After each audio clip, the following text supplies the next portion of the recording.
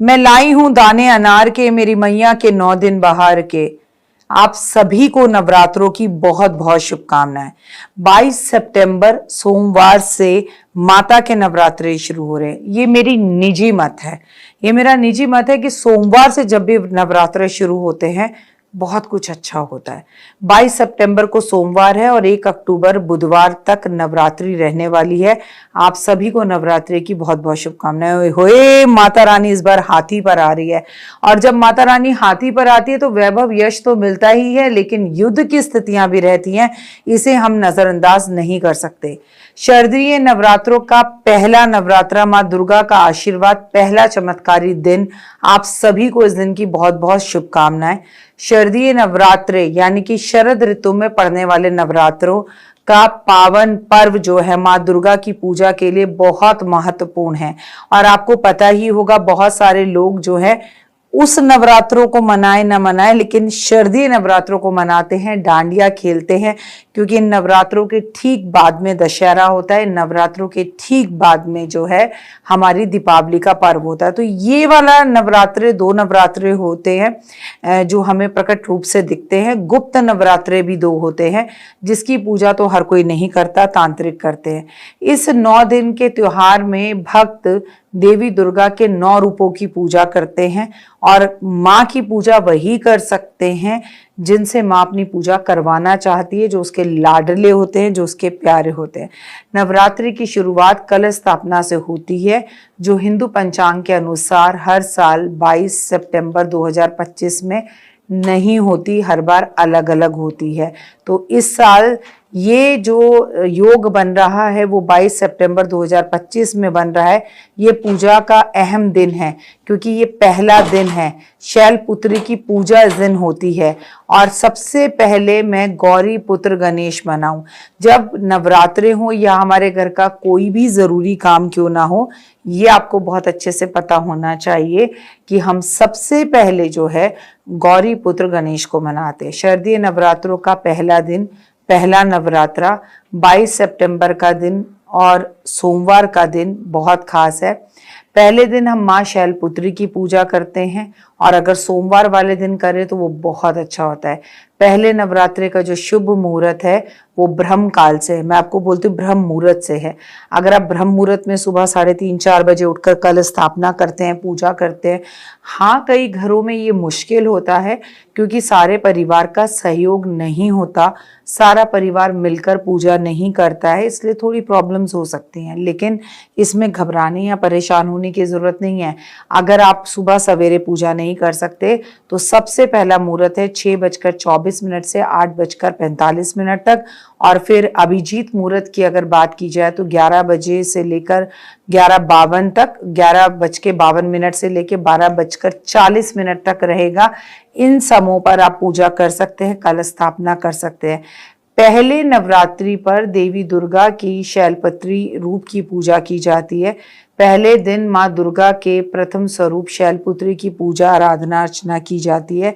शैल का अर्थ होता है हिमालय, और पर्वतराज हिमालय के जन्म लेने के कारण माता पार्वती को शैलपुत्री नाम मिला था, और ये बहुत खूबसूरत नाम है माँ का, और ये माँ का बहुत ही खूबसूरत रूप भी है।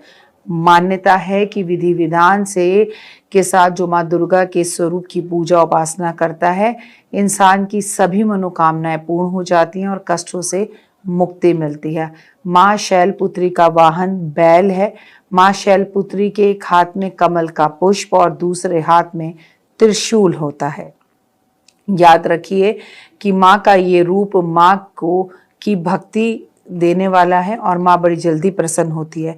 माँ शैलपुत्री की पूजा विधि की अगर हम बात की जाए तो पहले दिन हम ब्रह्म मुहूर्त में उठकर साफ सुथरे कपड़े पहने, लाल कपड़े पहने, हरे कपड़े पहने, पीले कपड़े पहने, एक चौकी रखे, दुर्गा माँ की पूजा करें, गंगा जल से जो है पूरे मंदिर को साफ करें, माँ दुर्गा की मूर्ति, माँ की तस्वीर, फोटो स्थापित करें जो आपके पास है, कुछ नया लाने की जरूरत नहीं है।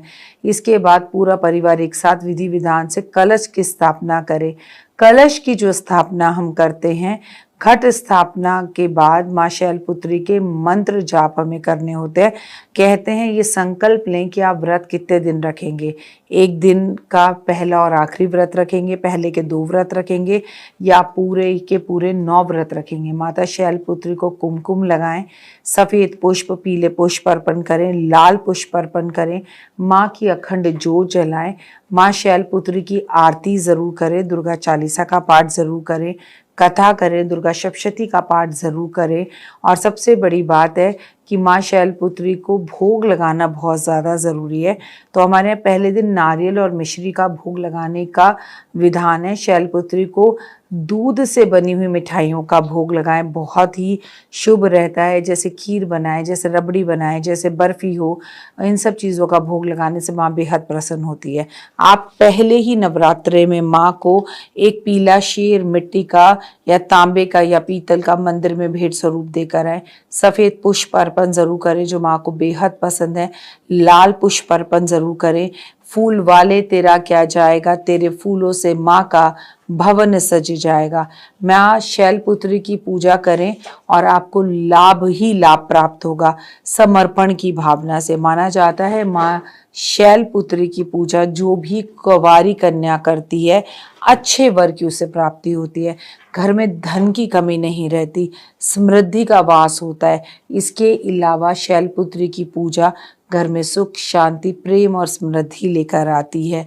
आपको अगर जब भी पहले नवरात्रि से पूजा लेनी है तो ज़्यादा समय पहले दिन पूजा में लगता है, क्योंकि संकल्प लेना होता है।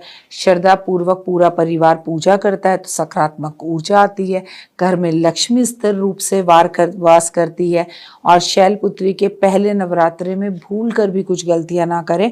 वैसे तो कभी भी नहीं करनी चाहिए, लेकिन क्रोध ना करें, ठीक है, गुस्सा ना करें, किसी की निंदा ना करें, गलत व्यवहार ना करें।